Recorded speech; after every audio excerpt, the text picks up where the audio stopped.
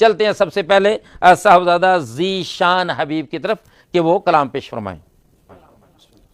درود شریف پڑھیں۔ صلی اللہ علیہ یا رسول اللہ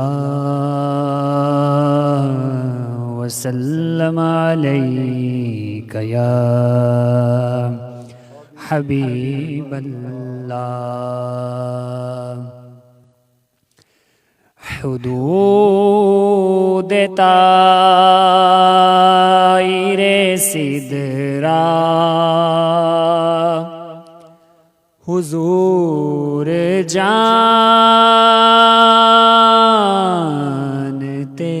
ہیں، حدود طائر سدرا حضور جانتے ہیں، کہاں ہے عرش معلا حضور جانتے ہیں، کہاں ہے عرش معلا حضور جانتے ہیں، اور انہیں خبر ہے کہیں سے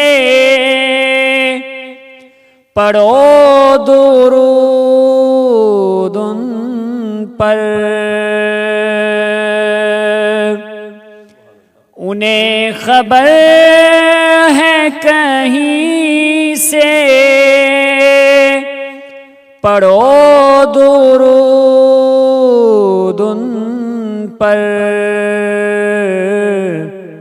سامعین، اللہ تبارک و تعالیٰ نے ہمیں اس پاک نبی کا کلمہ پڑھایا کہ جس پاک نبی کو میرے رب نے وہ شان اور کمال عطا فرمایا کہ جس نے قریب و بعید کے فرق ہی مٹا دیا، اور پھر رشتہ ایمان نے ہمیں مصطفیٰ کی ذات سے اتنا قریب تر کر دیا کہ قرآن نے بھی یہ اعلان کیا کہ النبی اولیٰ بالمؤمنین من انفسہم، اور جہاں قربتوں کے معاملات جان سے بھی زیادہ قریب تر ہو جائیں، وہاں پھر قرب و بعید کے فتنے دم توڑ دیتے ہیں۔ اسی لیے میرے رب نے مصطفیٰ کریم کو وہ طاقت بصارت و سماعت عطا فرمائی ہے، میرے آقا قریب ہوں یا بعید ہوں، سلام کرنے والوں کے سلام کو سنتے بھی ہیں، پہچانتے بھی ہیں، اور خود کرم کرتے ہوئے میرے آقا نے فرمایا میں محبت والوں کے سلام کا جواب بھی دیتا ہوں۔ تو شاعر کیا خوب کہہ رہا ہے کہ انہیں خبر ہے کہیں سے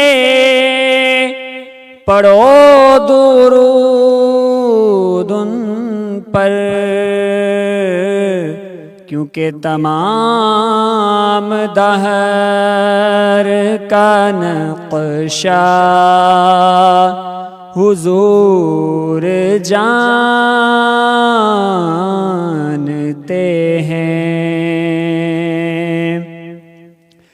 اور پہنچ کے سدرا پہ روح الامین یہ بولے۔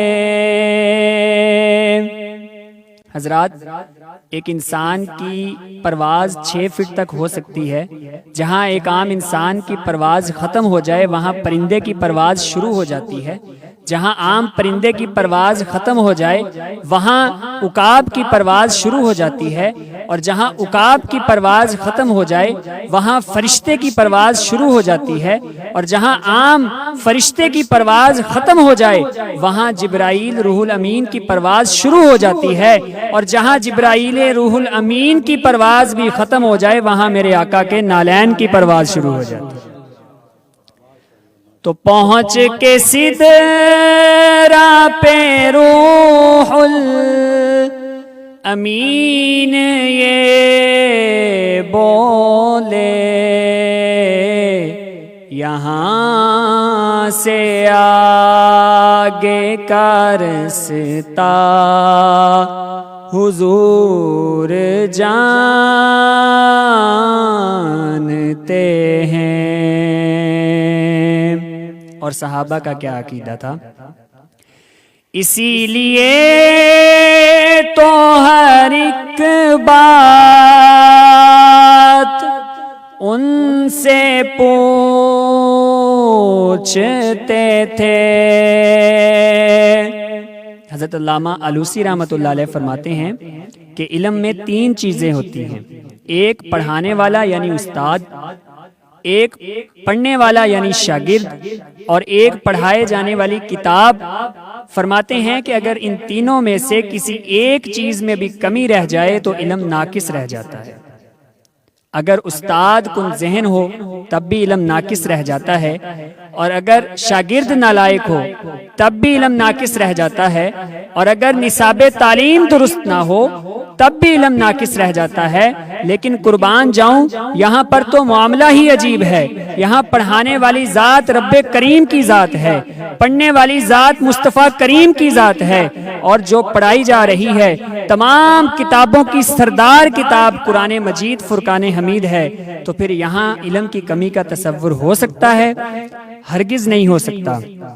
اسی لیے تو ہر ایک بات ان سے پوچھتے تھے، یہ جانتے تھے صحابہ حضور جانتے ہیں، یہ جانتے تھے صحابہ حضور جانتے